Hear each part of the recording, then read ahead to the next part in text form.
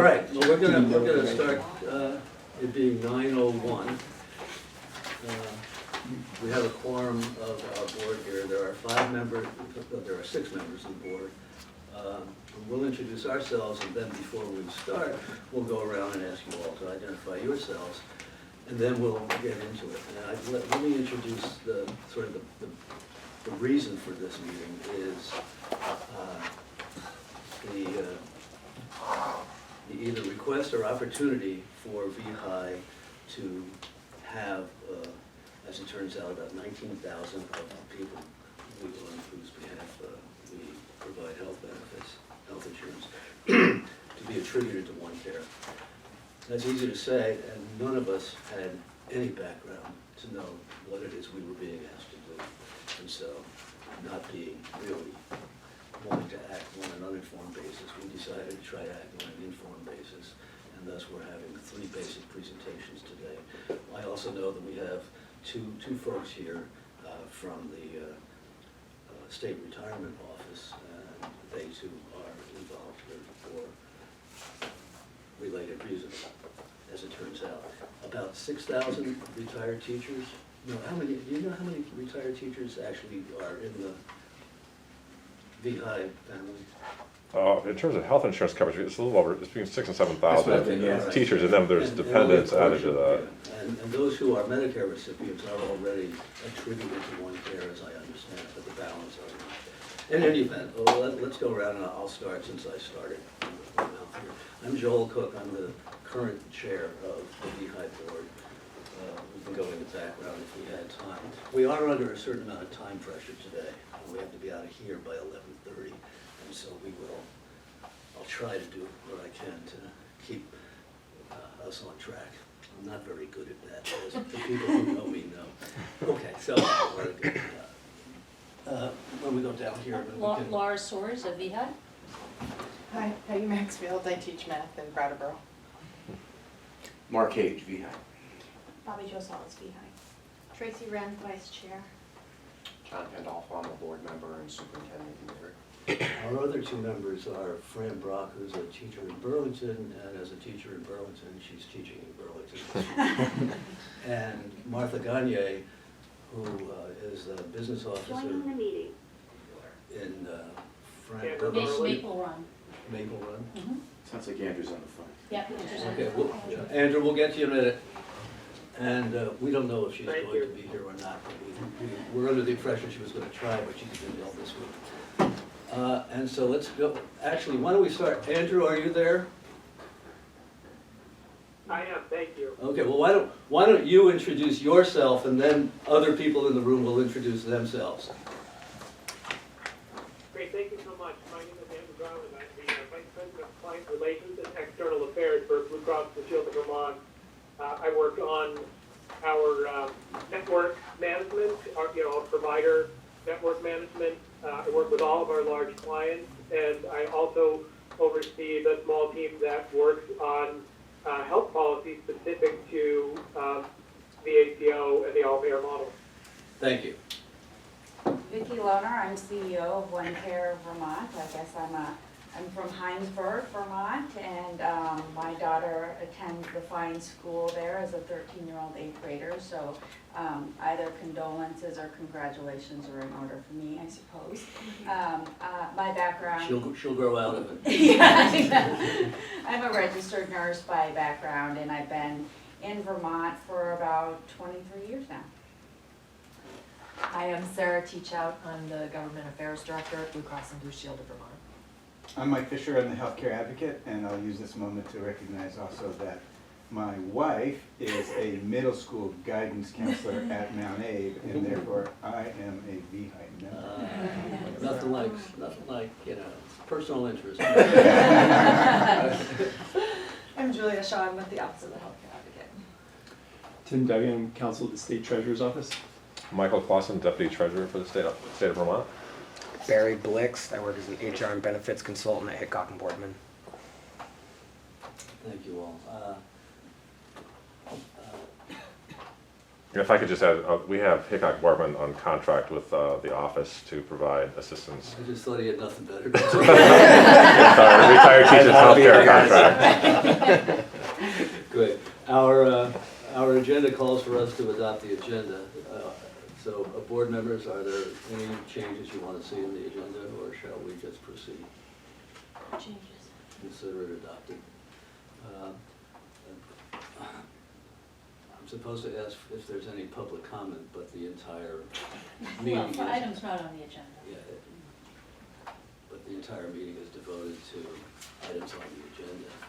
I don't think any of you have any comments to offer otherwise, but if you do, I'd like to know about it beforehand, and we can accommodate you as time allows. All right, well, the next item on the agenda is the agenda, which is, or 90% of the agenda, which is presentations on the implications of VEHI permitting its pool of subscribers to be brought into the all-payer model from the standpoint of the individual and the healthcare system. From, in order, we will go with Vicki Lohner, Andrew Garland, and Mike Fisher, all of whom you now know are either in the room or on the table. And so I guess without further ado, Vicki, the seat of honor is here. We're being recorded for reasons that I don't know that relate to somebody's insomnia, I think, because the recording is available for viewing online, I guess through the auspices of the School Boards Association. I have some presents I'm Good. gonna hand out, and I'll hand them out around the room as well. Vicki, I'm sorry, I didn't say sort of the parameter here. If you can all, you don't need to take up 30 minutes, but if you can limit your initial presentation to no more than 30 minutes, that'll give us really only about 10 minutes Okay. for each of us to weigh in with questions. Okay, so 30 minutes, is that? 30 minutes. Okay. All right. We can put that down, Vicki, if you want. What's that? Just for like. Yes. You know, it's coming close to solstice, so we're not used to having Did you light. save the pen? Oh, yeah, much closer to something. Right. Some- Thank you. It's an all or nothing. Is that what it is? Yeah. All right, so if you still go at. All right. At 8 after the guy, I'll, Okay. stop you. Perfect, Okay? perfect. Good. So It's all thank you, yours. thank you very much for the opportunity to come and talk with you all today. I think I've had some conversations with some folks in this room previously. I wanted this to be conversational, so please stop me as things come up, or as you have questions. It's usually easier to just answer them as we go versus to collect them at the end. So I'm very open to that. I thought I would start, so if you open up your packet and you go to the left, I'm gonna make you probably dig all the way in the back to a map. Looks like this.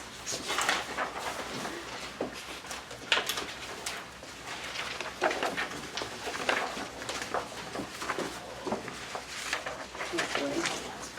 Very last one.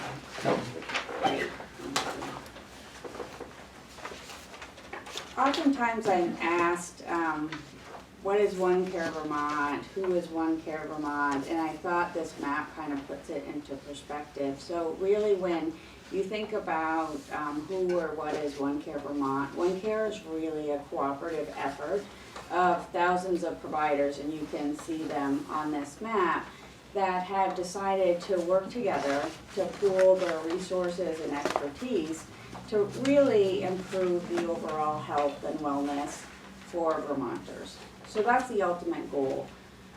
As part of that, the collective name is an accountable care organization, and ACOs have been part of the federal government footprint since around 2012 through the Affordable Care Act, with the first ACOs arriving in 2013. One Care has been part of that work with the federal government since 2013. And really what is new or different for us is that the state of Vermont decided to enter into a contract essentially with the federal government, which you all know is the all-payer model. So I think it's important to understand that that contract is not with OneCare. OneCare is essentially, I'll call it the vehicle, to honor our current governor, right? The vehicle by which the system can work better and differently together to really provide some coordinated care. So that's what OneCare's role in this is, really to think about helping to support the all-payer model, which is looking at many things. It wants to improve access to primary care services. It wants to make sure that we lower healthcare costs because they're not sustainable at our current rates. And we want to make sure that all of our kids and grandkids and grandparents have the coverage that they need and that they don't have to sacrifice other things for it down the road. That's our current health system right now. Lots of sacrifices in order to get good healthcare coverage.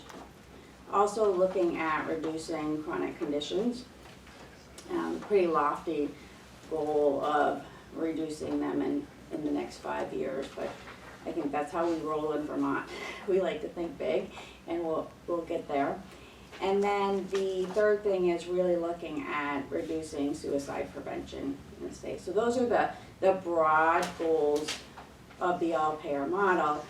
And OneCare, as the delivery system piece, has stepped forward and said, we will support these goals because they're our goals too, and we want to be able to work together to effectuate this change in this contract that the state and federal government signed together.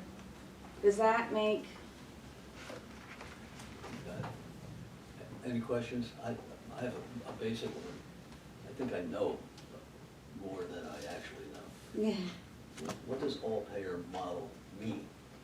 What do those three words together mean? Yeah. So the way that I like to think about it is looking at all the insurers in Vermont. That's how I think of all payer. Yeah. So you could either have, this state had two roads that it could go down, an all payer or a single payer. So chose an all payer route, which is really looking at who are your current insurers. You've got Medicare, which is the biggest one.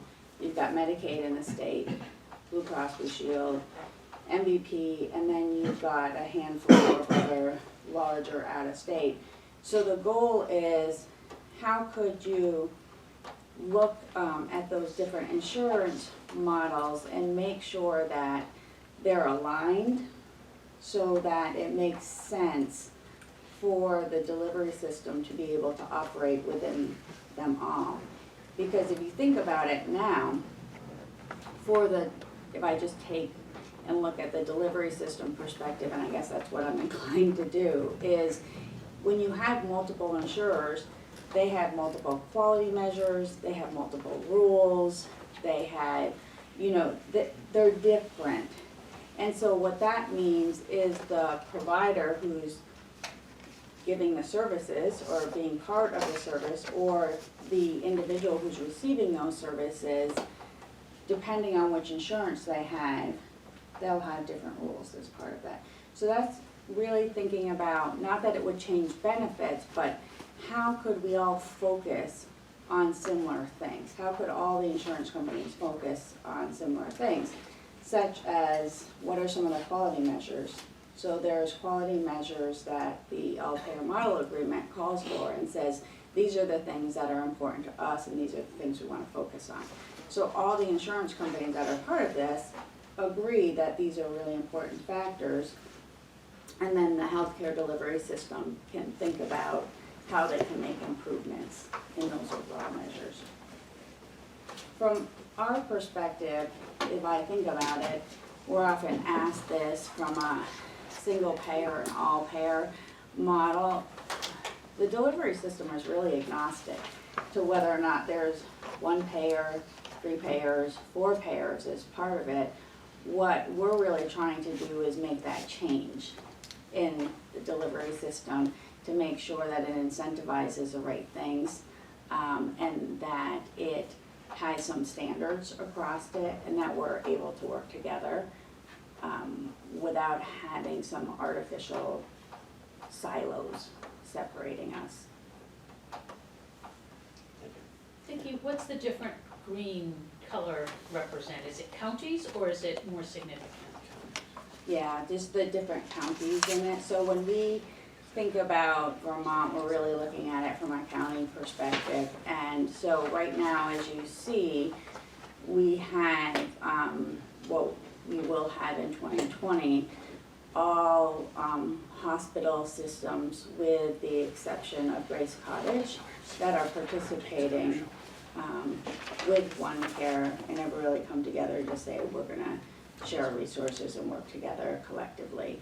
And it's not because they don't believe in the model.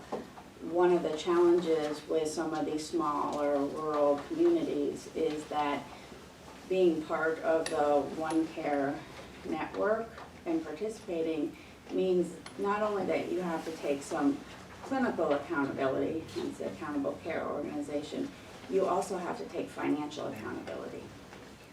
So what that means is when we as a network are working with a payer or an insurance company, we're saying we agree to be on a budget. That's the easiest way to say it. We agree to be on a budget. If we go over our budget, we will provide you with the money back, right, that we went over our budget. And who pays for that is the hospitals right now under our current system. If we go under our budget and do better, then that money will be reinvested. That's our promise. That money will be reinvested into the system to do things like prevention and wellness. So as you can see, we're pretty diverse right now. We've got most of the hospitals, the preponderance of primary care, and that's independent, FQHCs, hospital-owned primary care practices, specialty care as well. We've really been working hard with federally qualified health centers to have them join OneCare Vermont and thinking about what are some of the unique needs that they hold. Home health agencies has been really an important partner for us. We've done a lot of very cool things with them in terms of having some benefit enhancements and waivers, allowing them to see people in their home even if they might not have a skilled need. So normally the rules for like Medicare is, and this isn't true for all insurance, but for Medicare or Medicaid, in order for you to be able to have a registered nurse or home health worker come and see you, you have to have a need, like you need to have a dressing change, or you need to have an IV, or there's some sort of skilled need. This, being part of OneCare says that you don't need to have those skilled needs. What you do need to have is maybe you just had a really long hospitalization or an unanticipated hospitalization, and now you have a lot of new medications. And we all know when we go to the hospital, you're in and out really quick. It's an event. I have problems retaining all the information that's coming at me. And so we say that, okay, maybe a nurse could come in and talk to you about what were those discharge needs, what were those new medications you're on. Maybe that's for a short-term period, or maybe it's longer term. They're running what's called a longitudinal care pilot right now, is to really look at long-term needs that individuals might have that require them to have somebody that comes and visits them in the home for a longer period of time. So, really important partnership right there.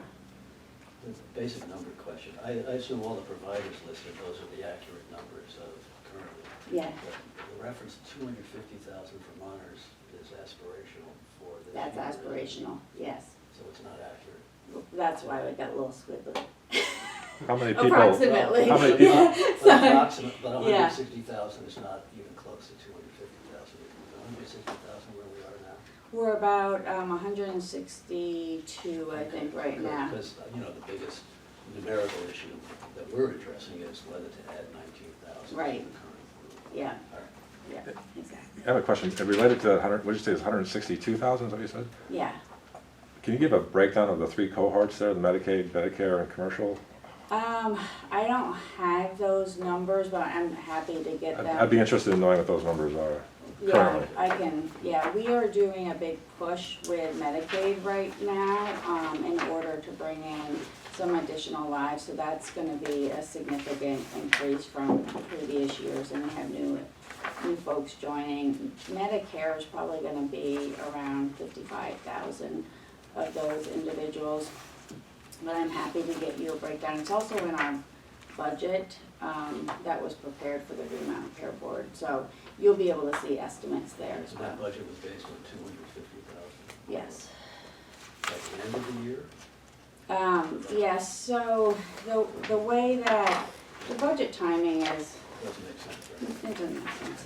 I'll just say it doesn't make sense because right now, we're still working with insurance companies to finalize their contracts. And once those contracts are finalized, then they'll tell us our real numbers in January of who actually is attributed based on our current network of providers. Good, I do mean to cut in, but this is the fundamental question I think Yeah. we're facing. We're 19,000 of the difference, Mhm. and your budget for the current year is now adopted. Mhm. That budget is based on the assumption that out of 19,000 people are attributed. It is for that budget, but remember, a budget's just a forecast. It is just I'm aware. a budget is just a forecast, and what we end up doing is usually by the first quarter of the following year, we'll make adjustments in that budget based on our actual numbers, Okay. yeah. Vicki, it might be, the map does show an asterisk for those that are Medicaid only. Yes. But it doesn't show what communities are commercial, Mhm. and that might be Yeah, important information for this crew to have. yeah, and we can do that as well, yeah, Very good, thank you. yeah. I'll try not to interrupt. No, these are all really good and fundamental questions, so please keep interrupting it. I don't mind at all. So that's the map. I wanted to, That's a, yeah, roughly, you may not have this at your fingertips, but generally, what percentage of, care providers have opted in? You've told all the hospitals except one, we have all the hospitals except for one, yeah. okay, and, or what out there, what providers out there are not opting in? It matters to me if care providers are saying, oh, I think this is worth trying, I think that can Yes. work, so I'm trying to get a feel of that.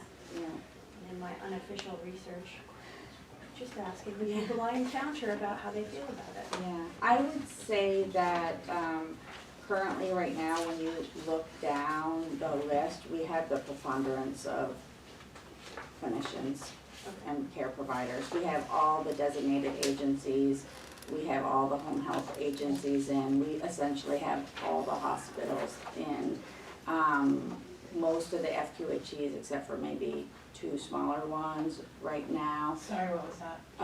Federally qualified health centers. Thank you. Sorry about that. Yeah, that's its own lecture. Yeah, Keep. keep asking me, and then, we had the majority of the independents physicians in as well through, Health First is a big association, and Primary Care Health Partners are all in, so. And how was, but they have an option to opt in or opt out Yes, as providers? yes, Okay. exactly. Not as an individual provider if I work at a hospital that's opted. Exactly. Organizational. Organizational. Organizationally, they can Yes. opt in or out, okay. Yes, every year, we do a big push around the summertime to assess who's gonna continue to be in the programs versus who might be withdrawing from the program and, or who would like to be added. And our priority has essentially been those providers who are able to attribute lives, meaning their primary care practitioner, NP, PA, things of that nature. Yeah, Mike, did I was just gonna make that same point, that the question at this table is what providers are participating with OneCare for the commercial market. And it's hard for me to know whether the answer you just gave was for the commercial market or for generally participating with you. Because there's many who are doing Medicaid only, and there are many who are doing Medicaid and Medicare only, and there are some who are doing commercial. And then there was a menu.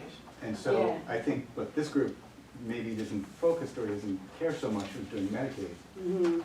What's important here is who's doing commercial, and so But that's some people in the room, maybe not Well, at this table, Karen? for this decision, Well, this is for about this the particular commercial. reason, but, Right. so is there a way to tease out those numbers? So, we can give you estimates at this point, and because we haven't finalized our contracts, I'll only have estimates. So I can tell you those who intend to participate based on the terms that are known now, but I can't give you an absolute number. So for example, a local federally qualified health center might participate for Medicaid and Medicare, but not Yeah. with commercial, for example. And it's a good point to understand, because the way that it works, if I go back, remember all of these contracts require the hospitals to take financial risk. Even in this commercial, they're taking 0.5% of financial risk, roughly. So the hospital has to first agree that they will absorb that financial accountability, and if they agree to do it, then everybody else can participate as well. But that's kind of the first step. The federally qualified health centers and the independent physicians do not take financial risk under this program. So when we think about overall what the estimates are for next year across all programs, and I can show you a breakdown from our budget, it's roughly $44 million in financial risk that the providers are taking on. And is it true of the 14 hospitals that some are only opting in for some but not all of the 3? The majority of hospitals that don't opt in for all, don't opt in for Medicare. Medicare is extreme financial risk associated with it. So if I did a breakdown for next year for the hospitals that are participating with Medicare, it's about $26 million in financial risk. That's a lot of money from my perspective. So Vicki, you said the hospitals that don't opt in usually don't opt in for Medicare. Yeah, because the financial risk is so high. So they start with Medicaid. They start with Medicaid, because that's. Commercial is just really expanding at this point. Yes, commercial is just really expanding, so, and the risk thresholds that we're starting with are lower, so I don't anticipate that will be a barrier to them participating in the model, but it's really about that financial risk. Let me acknowledge two people who just came into the room, for you and for the record. Why don't you take care of, introduce yourself. Martha is the other member of the board I mentioned. Sorry, I Don't be really sorry. thought the meeting started at 9:30 this morning. That's life. Tis And- No, so and for a Don? couple I'm days, Don I just Penny, kinda- president of Vermont NEA, who also was under the impression that it started. But he's But I normal. came in with Martha. Well, then let me call the meeting to order. Continue. All right, so if folks don't mind if I switch gears a little bit, So last time I was here, I think it was Mark that suggested maybe a visual of what we do. So Mark, this is in honor of you. We're trying to put together a visual of what we're doing. So this is hot off the press, and so I accept feedback. But this is a first shot on this. This is first edition, right? So keep it, put it in the antique.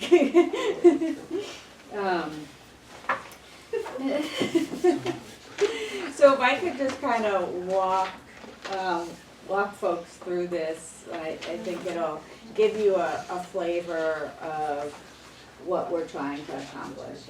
For me, it's very pretty. Yeah. It's probably going to emerge as something quite useful.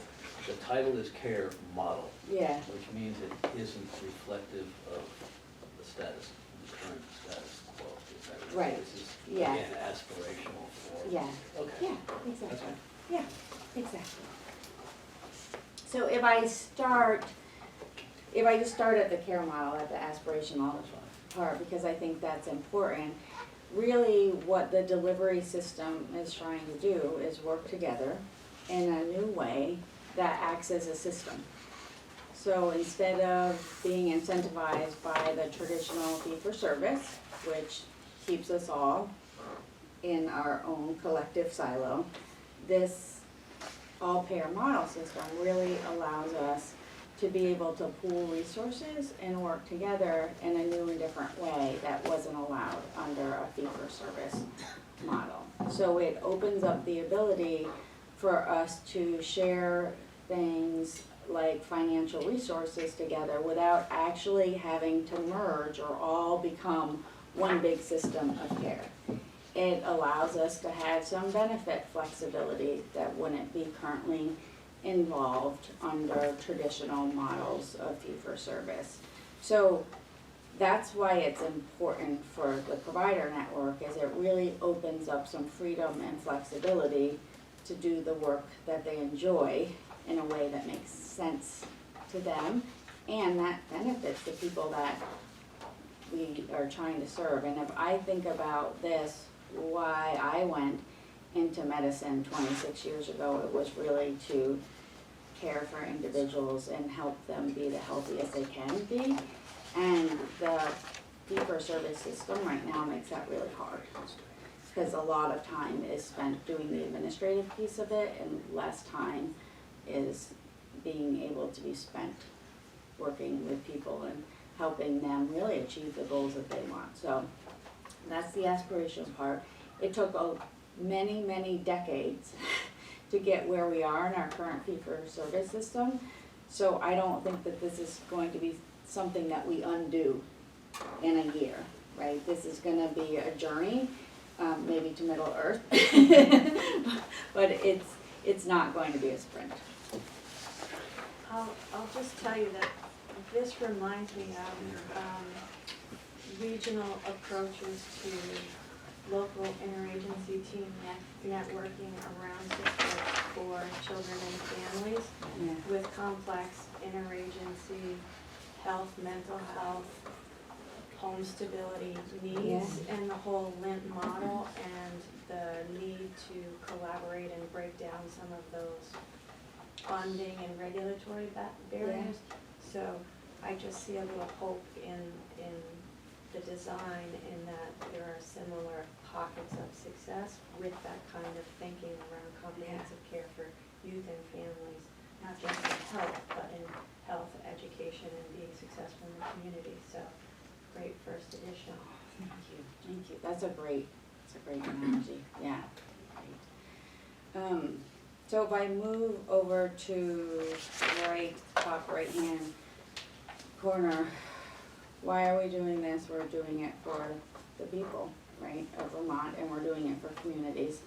And we're deciding on the Vermont map if we want to keep that in there, but it's a little bit too busy.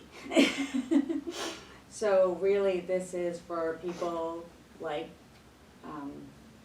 you see in the middle of this, and his wife, Carol, these are things that people are suffering with every day, yeah. John. He said that's me. He said that's you. You know, it's funny, I didn't know, John, that that was gonna be your name. I didn't put Mark. Thank you. This is an honor of you, Mark, but. A few of us have been reduced to using a cane and one again. Yeah, that's right, right. And so really what we're trying to do, if you move down, so this is at the center of everything that we're trying to do. It is John and Carol, and the John and Carols of the world. And their communities that they live in too, because I don't want to lose track of that it's about individuals and it's also about the population health of those communities. And then we've been talking a lot about, if you move down to the bottom right-hand corner, the care team, and that's how I like to describe really the providers within One Care Vermont. That's the cooperative effort, and I think we have roughly 2,500 participating providers right now that are part of this effort to really say, we believe we can step forward and we can be part of this model and we can make it successful, because we have to do this together. State can't do this alone, employer groups can't do this alone, patients can't do this alone, and providers can't do this alone. We really have to come together to be able to do this in a way that yields success. So these are the various providers that are really coming together to wrap around individuals and communities to be supportive. And then if you think about, if I move to the bottom left, One Care Vermont. So why does One Care Vermont exist? These providers are already out there doing this good work. So why do you need an entity to be able to be part of this system? I think that's the question that's on everybody's mind. And so I thought what it would be helpful is to show how One Care Vermont really kind of allows for the sharing and supporting of information to come together for these providers in the middle ring. So if I start directly in the middle with a shared communication platform. So we do offer a platform that allows the entire delivery system to go in and think about, if we use John as an example, so John has multiple complex needs, probably receiving some care coordination services. In the old system, John probably got called by, 5 or 6 different people asking John the same question about what his goals are and what he'd like to do and why it's important to him. This platform allows every single provider to go in and see what's important to John, because he's created a care plan in there with his providers to say what's important to him. So now everybody can see it. One person can ask John that question, and then everybody else knows. And that's more efficient for John, and it's more efficient for the system, because now we all have a common understanding of what's important for John. I'm familiar with a whole host of what used to go by the name case management or case coordination systems, and the concept of confidentiality and private information associated with it. Does John get to sign off on He does. sharing of He information? does, and the one really neat thing with this care coordination platform as well is, once John decides that he thinks it's important for his providers to all have the same information, right, about him, that's actually a beneficial thing, he'll get a copy of that shared care plan that says, we talked about this, John, and we decided that one of your first goals was you were going to take more walks with Carol, right, to maybe reduce your blood pressure. That was a goal that was important to you. It wasn't that you were going to take your blood pressure medication at the same time every day and eat less high sodium beans. Like that wasn't the goal. It was to take more walks. That would be helpful. So that's a great question. I know I've interrupted. No. I think the way to do this is give you eight more minutes, 8 questions included. Okay. Okay, and Thank you. that'll Very keep generous. Well, it's my fault. So then if we move to the right, the other thing we've talked about is funding. So part of this model really allows the providers to say, these are the things that are important to us, and we're going to collectively use our own money to make sure that some of those resources are put into place. So things like, if I give you an example, I think I have it in your packet, in Central Vermont, Jeremiah Eckhouse put social workers and care coordinators right in his office using some of that funding to be able to better take care of patients. So those are some of the examples of the flexibility in pooling that funding together and making a decision about what's important to have in our communities together. So funding is part of that. Over the course of since 2017, hospitals have contributed over $44 million in funding to be able to put some of these resources into practices to support better care. So just perspective on that. That begs a whole host of questions to be blunt. Whose $44 million was that? The hospitals. How did the hospitals get that money?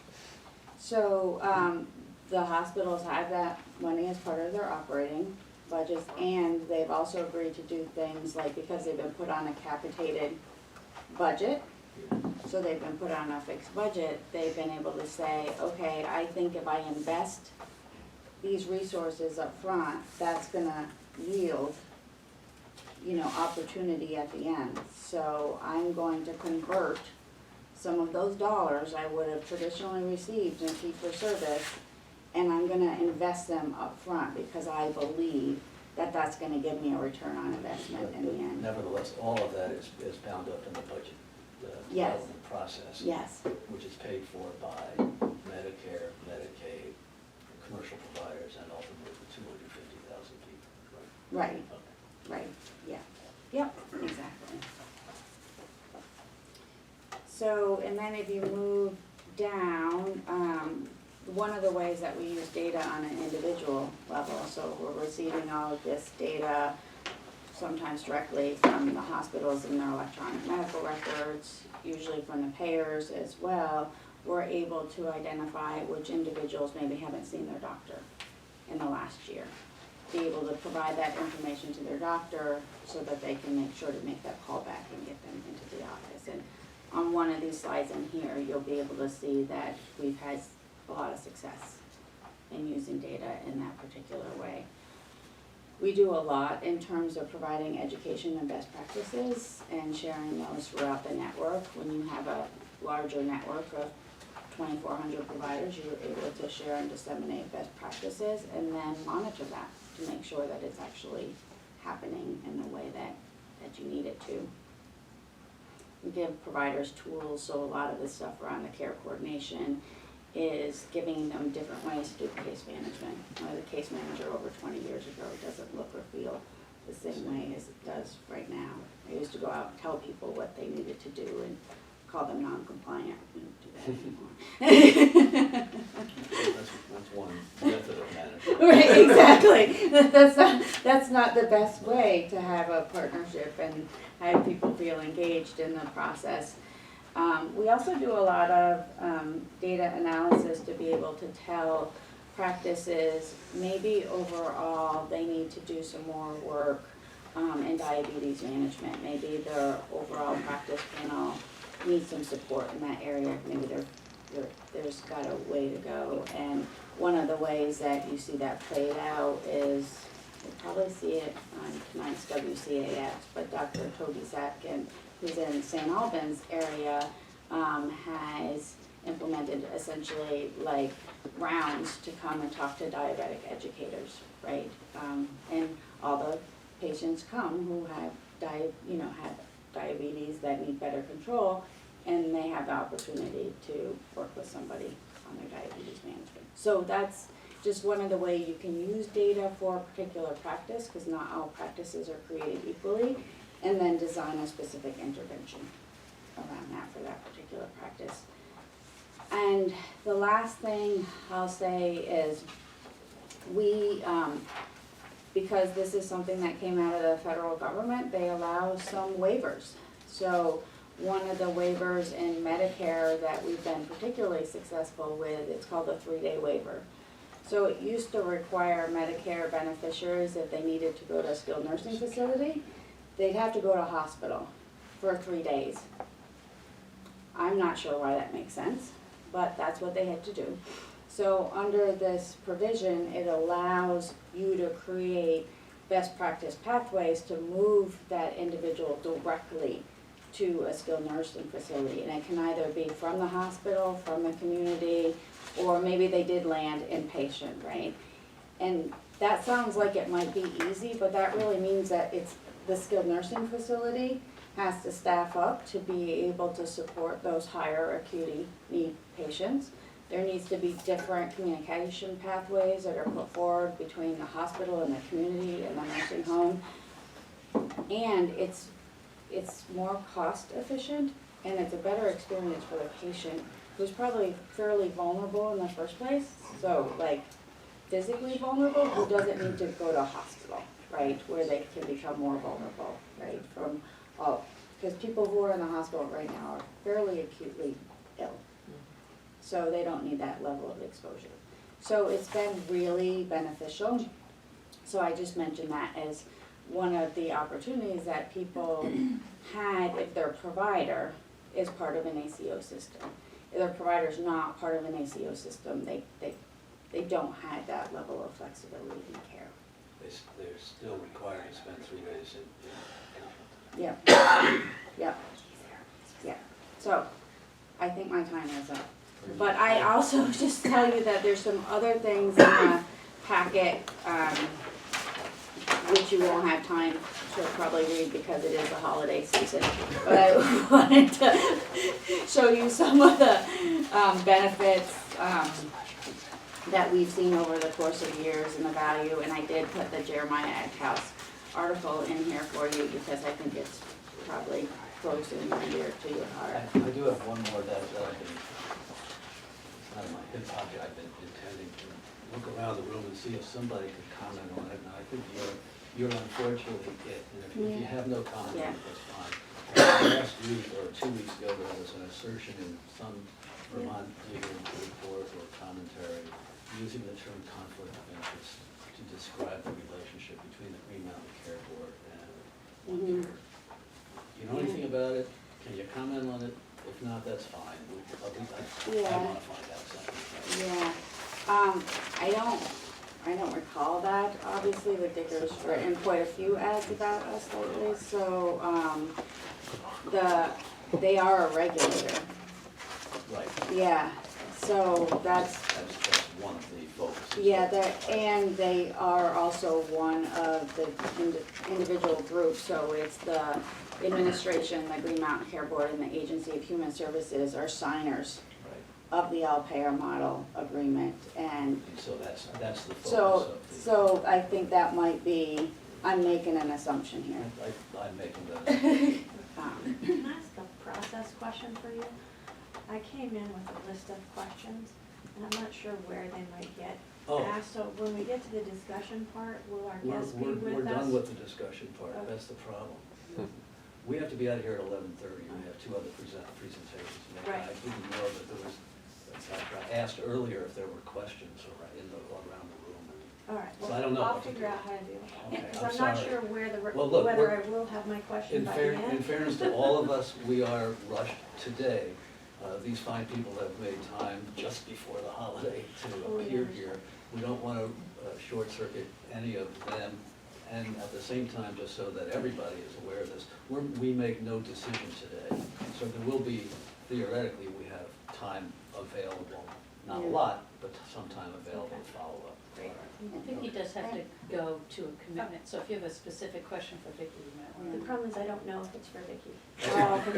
And you have to. Tracy, in fairness to you, that's exactly right. I have been struggling who to ask. Yeah, Right. and I want to say that I open myself up to a phone call, an email. I'm happy to come back, Okay. All right. do whatever this Thank you. committee needs to make sure you have all your questions answered, so. Thank you. Thank you very much, Vicki. I Yeah, really thank appreciate you. your Yeah, taking the time thank here, you. as I hope I will remember to say to the other presenters. I'm sure you will. Well, I'm not so sure. Thank you again. Oh, Thank you good, very you're much. welcome, you're very welcome. And, Does and, everybody have one? and with that, I'm not sure He's we behind need a us.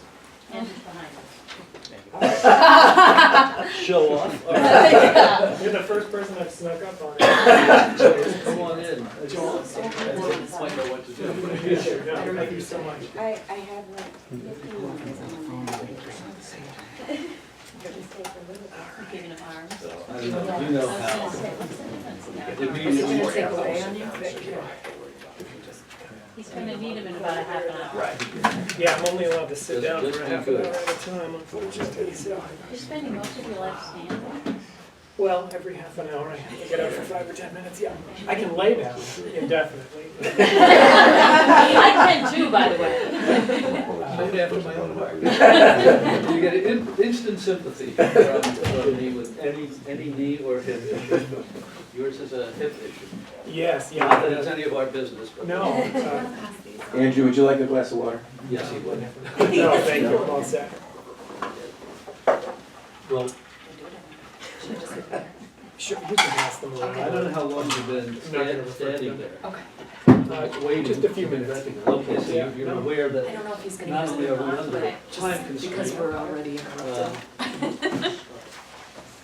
That's all, we're under time. Yes, I'll be quick, and I would encourage you to interrupt as much as you like Well, with your Vicki made that questions. mistake too. Okay, well, you'll judge that, and as with Vicki, you know, you have, our office is 5 minutes from here, and you have unlimited access to us, so if you need me to come back in person at any time, if you'd like to submit questions in writing, whether you think they're for us or not, you're not sure, go ahead and send them over and we'll do our best with them and just acknowledge our limitations. Could we just really quickly say Yes. names again, just like, because I was on the phone. Well, I'm Joel Cook, we'll go around the same And sequence. then me, Laura. Peggy Maxwell. Peggy, okay. Martha Monet. You know, Yeah, Tracy Rund? Tracy, John, pleasure to meet all of you. And all these other guys, Yeah, you know them? a few of them I know. All right. Maybe starting there, just past Mike. Julia Shaw with the Office of Healthcare. Okay, Julia, I think we've met. Don Kennedy, President of Vermont NEA. Tim Duggan from the State Treasurer's Office. Michael Clausen, Deputy Treasurer. Okay, great. Okay, We'll probably end up doing the same thing we just did, which means that with interruptions, I'll try to stop you at 25 of 11. okay, great, yeah. And I gave myself some pretty strict notes here to keep Okay. from wandering off, which I sometimes do. Oh, we're a bad combination. What I'd like to talk about today primarily is why I think this is an important opportunity for VEHI and its members right now, and to help you understand why Blue Cross Blue Shield of Vermont, who has been working with One Care Vermont, and the concept of payment reform and delivery system reform for several decades, frankly, thinks this is an important opportunity and why this would be the time for VEHI's members to be a part of this initiative. So those are my major goals. I'll try to just get those 2 points and then I'll fill in as many sort of surrounding details as I can.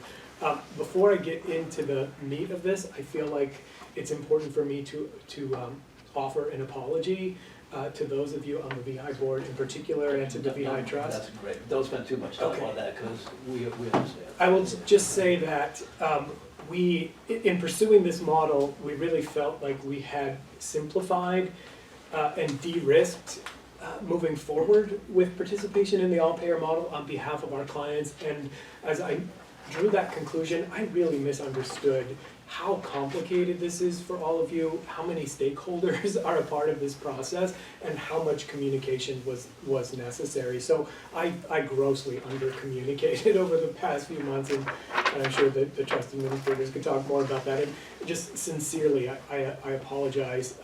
And moving forward, I just want to say it's so important that Blue Cross and VEHI remain working together collaboratively. We have just done amazing things together over the last couple of decades, and that's where I will focus my attention on the future, making the most value from that. It's only the number 19,000, because of the one care issue, but VEHI oversees insurance administered through the Blues for 43,000 Vermonters. Yes. Which is like 6 or 7% of the population, and it's also about almost 25% of Blue Cross Blue Shield's, I don't like the term book of business, whatever Yeah, you call it. yeah, it's very significant, yeah. So with that, let me just talk a little bit about my background, also very quickly, just so you know where I'm coming from. I started in this industry with Kaiser Permanente, a fully integrated health system in California, a little bit over 20 years ago, which I can't believe. And I worked for a long time as an underwriter. So really thinking about how the money flows through this system. I then sort of transitioned into the provider network management space, and that's been, the majority of my career, working with providers on rate negotiations, different payment mechanisms, and almost from the beginning of my time in that work, I've been working on payment reform. It was a concept that we put on the table in 2008 and said, what can we be doing differently to shift the incentives in this system? So I have a fair amount of background in thinking about how all of this comes together.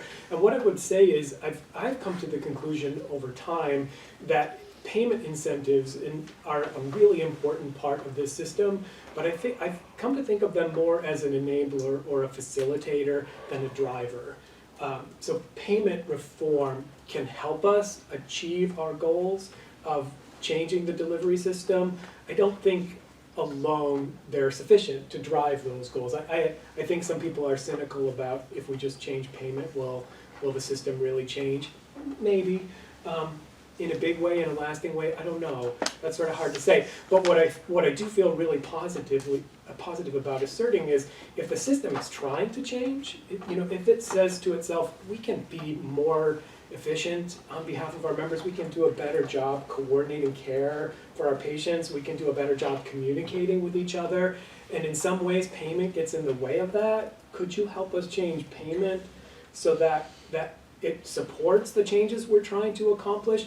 That to me feels like a really compelling reason to pursue payment incentive change, and I feel like that's where we are.